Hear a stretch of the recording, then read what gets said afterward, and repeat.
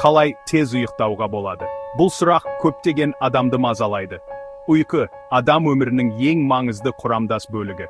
Біздің ағзамыз тамақсыз бірнеше апта, сусыз бірнеше күн өмір сүре алады, бірақ ұйқысыз ұзақ уақытқа шыдамайды.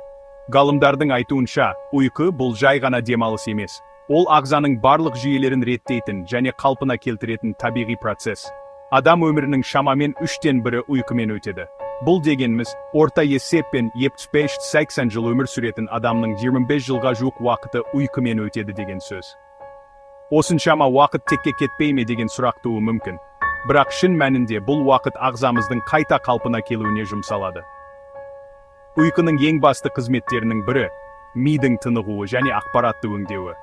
Күнделікті өмірде біз мыңдаған ойларды, эмоцияларды, тәжірибелерді бастан кешіреміз.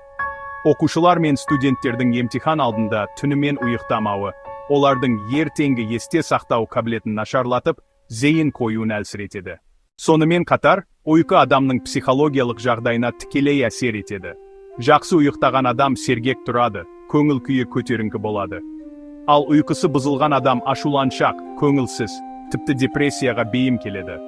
Психологтар ұйқының жетіспеушілігін эмоциялық тепе-теңдіктің бұзылуының басты себебі деп атайды. Физиологиялық тұрғыдан алғанда, ұйқы ағзадағы көптеген жүйелердің қызметін қалпына келтіреді. Ұйқы кезінде жүрек соғысы баяулайды, қан қысымы төмендейді. Сонымен бірге терең ұйқы кезеңінде жасөспірімдердің бойының өсуіне ықпал ететін гормондар бөлінеді. Көп адамдардың ұйықтай алмай жатуы қазіргі заманның ең жиі кездесетін мәселелерінің бірі. Кейде біз төсекте аунақшып, сағаттап көз іле алмай жатамыз. Ең басты себептердің бірі стресс пен мазасыздық. Қазіргі өмірдің қарқыны өте жоғары. Жұмыс, оқу, қаржы мәселелері, жеке өмірдегі уайымдар. Екінші үлкен себеп технологиялардың әсері. Телефон, компьютер, теледидар экрандары көк түсті жарық шығарады. Кейбір адамдарда биологиялық сағаттың бұзылуы байқалады. Егер адам түнгі ауысымда жұмыс істесе, немесе жиі ел аралап, уақыт белдеуін ауыстырса, онда ұйқы режимі шатасады. Тағы бір маңызды фактор тамақ пен сусынның әсері. Кофе, шай, энергетикалық сусындар құрамындағы кофеин миды сергек ұстайды. Адам ұйықтай алмайтын жағдайлардың басым бөлігі психологиялық себептерден туындайды. Егер адам ұйықтар алдында ойдан арылып, толық босаңси алмаса, ұйқының сапасы да, уақыты да нашарлайды. Жұмыстағы ауыр міндеттер, тұрмыстық қиындықтар, жеке өмірдегі келіспеушіліктер миға қатты салмақ түсіреді. Ұйқыға кедергі жасайтын тағы бір фактор – мазасыз ойлар. Көптеген адамдар ұйықтар алдында өз болашағын уайымдап, өткен қателіктерін ойлап, ертең не болады деп толғанып жатады. Психологтардың айтуынша, ұйқысыздық пен депрессия арасында тікелей байланыс бар. Депрессияға шалдыққан адамдардың басым көпшілігінде ұйқы режимі бұзылады. Ұйқының сапасы мен уақытына тек психологиялық жағдай ғана емес, адамның физиологиялық ахуалы да үлкен әсер етеді. Ұйқыны реттейтін ең маңызды гормон – мелатонин. Жүйке жүйесі, ұйқы процесін тікелей басқаратын жүйе. Егер жүйке жүйесі шамадан тыс қозған күйде болса, ми тыныға алмайды. Ұйқыға ең көп кедергі келтіретін физиологиялық факторлардың бірі – ұйқы апноэсі.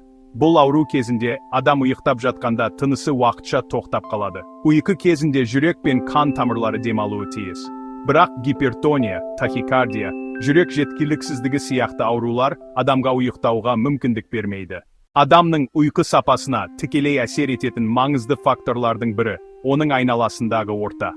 Ғалымдардың айтуынша, ұйықтау үшін ең қолайлы температура 18-20 дәреже шамасында. Ұйқы гормоны мелатонин қараңғыда ғана бөлінеді. Егер бөлмеде жарық болса немесе терезеден көше шамдарының сәулесі түссе, ағза әлі күн батқан жоқ деп қабылдайды. Тыныштық жақсы ұйқының басты шарттарының бірі. Тіпті адам қатты ұйықтап жатқанда да ми айналадағы дыбыстарды тіркей береді.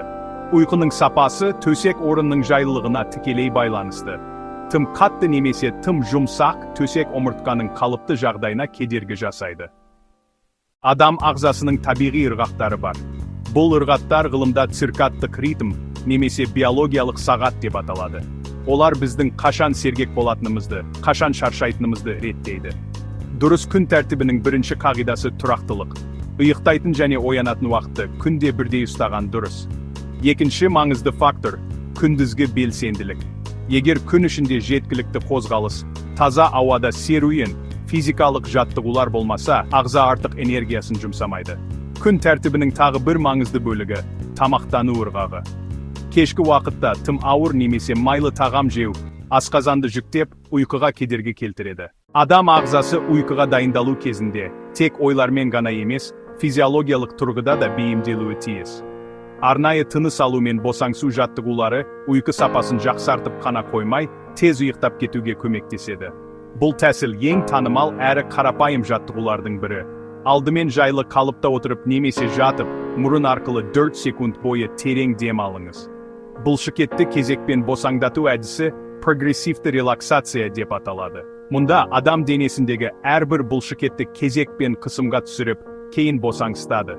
Босаңсу тек физикалық жаттығулар арқылы емес, ойды бағыттау арқылы да іске асады. Жағымды табиғат көріністерін, тыныш теңізді, жасыл орманды елестету ми белсенділігін бәсеңдетеді.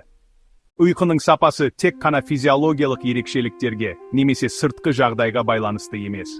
Жатар алдында кофе, шай немесе энергетикалық сусындардан бас тартқан дұрыс, өйткені олардың құрамындағы кофеин ұйқыны қашырады. Жылы душ немесе ванна қабылдау. Жылы су бұлшықеттерді босаңсытып, қан айналымын жақсартады.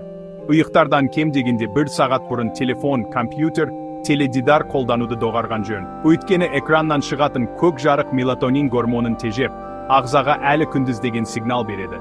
Жеңіл кітап оқу жүйкені тыныштандырады. Бірақ мазмұны өте ауыр. Қызықты немесе қорқынышты кітаптар керісінше ұйқыны қашыруы мүмкін.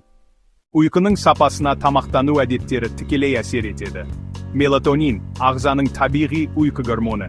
Оның деңгейін арттыратын тағамдарға шие, жүзім, жаңғақтар жатады.